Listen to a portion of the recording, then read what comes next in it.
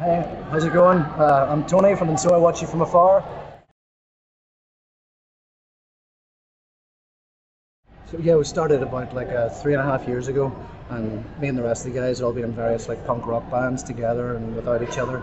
We just got together one day and decided to try and jam and see what happened, and it was something a little bit different. We enjoyed it, so we went for it, and then we ended up with a ridiculous name of So I Watch You From Afar.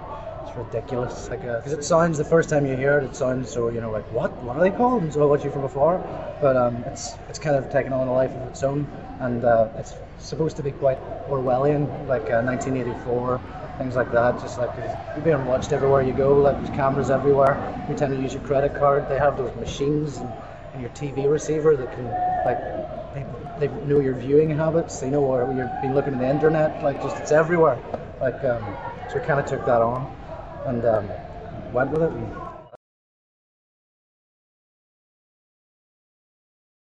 We never really consciously decided we weren't going to have any vocals or anything, and even on the album there's a song that has a 40 strong choir. There's no lyrics as such, but there's 40 people singing on it.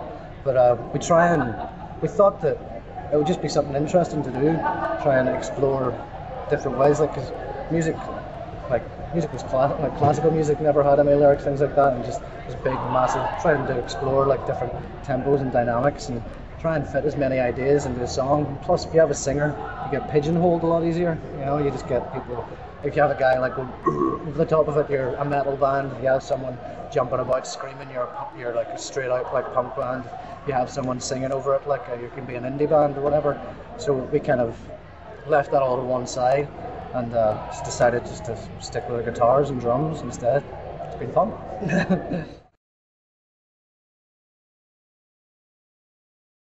Yeah, we're really flattered, because like at the end of the day we're an instrumental like punk rock band, and it's hard to, you know, get in people's faces and for people to hear us, because at the end of the day people don't really want to hear instrumental punk rock. But we've done so well, and we're so thankful every day, like, of the press we've got, and we hope it continues. But we give, like, this is our lives. This is all we do.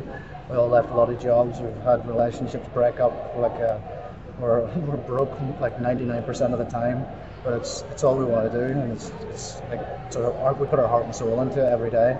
And it can be tough at times, but it's so rewarding. Like we've all wanted to do this our entire lives, and to get reviews from like magazines like Curreri and Metal Hammer, Rock Sound, and things, and NME, and AU magazine, Hot Press, and State, and all these people.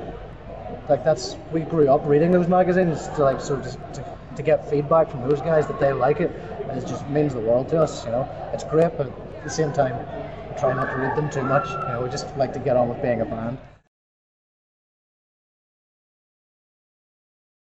It was our first European tour ever. We were very excited about it. We were supporting a band called Clutch in the States, who we all love as well. Like, I think like Johnny, our bassist, they're his favourite band, so he was totally stoked to be doing it.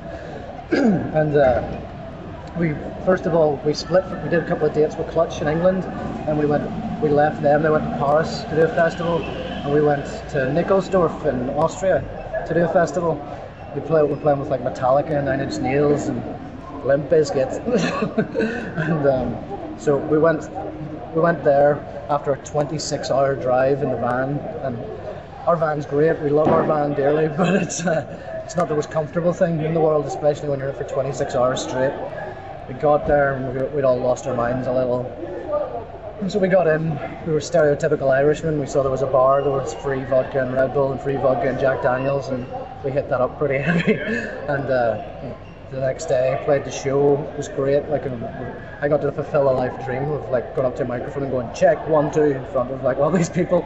So it was great, and like the crowd like chanted our name. It was fantastic. It was mind blowing. We had a few technical problems as well, but the crowd were all rooting for us. It was great, and we've had feedback from it. Everyone really enjoyed it, so it was great. And then we went to Luxembourg, met back up with Clutch. It was a great show again. Really cool to be there. I think we were all a bit tired after Nova Rock, so it was, the show kind of lifted our spirits again. Like, and then we went we were in Cologne after that. Cologne was awesome.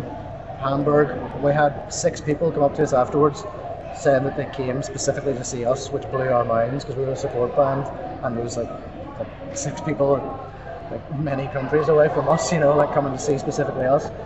And yeah, then we finished up in Berlin, where we all heard about poor old Michael Jackson, whatever. We won't go into that.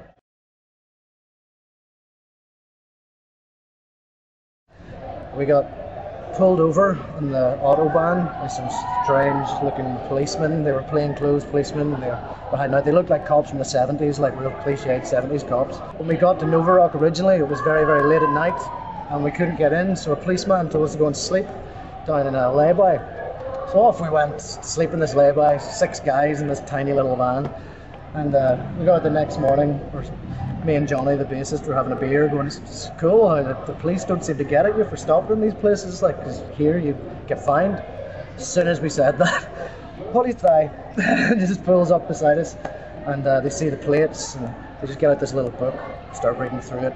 They find a page with some English on it, and they just point at it, telling us how much we owe, blah blah blah. It was like, right, okay, so. They probably thought it was just me and Johnny, like that was it. So I knocking the van, open up, and 4 other Irish guys in their pants get out of this van. It's like, what's going on? What's happening? And must have thought it was like a bit of man love going on, or whatever that. We had to pay €120, but our card didn't work with them, so we asked them if they could take us to a machine, and they took all our passports and the card, and we just assumed they were taking us to arrest us. But to make it even worse, our van wouldn't start, so we had to go and tell the police to wait for us while we pushed our van onto like the autobahn and pushed it onto the thing. It was a bit of a joke. Originally, basically, we're going back in to record another EP. In about 2 weeks, we're going to record that. It's going to come out in November. 4-track EP. It's just going to come out in vinyl only, and then we're going in to record the album in November as well. So that'll be the second album out sometime next year.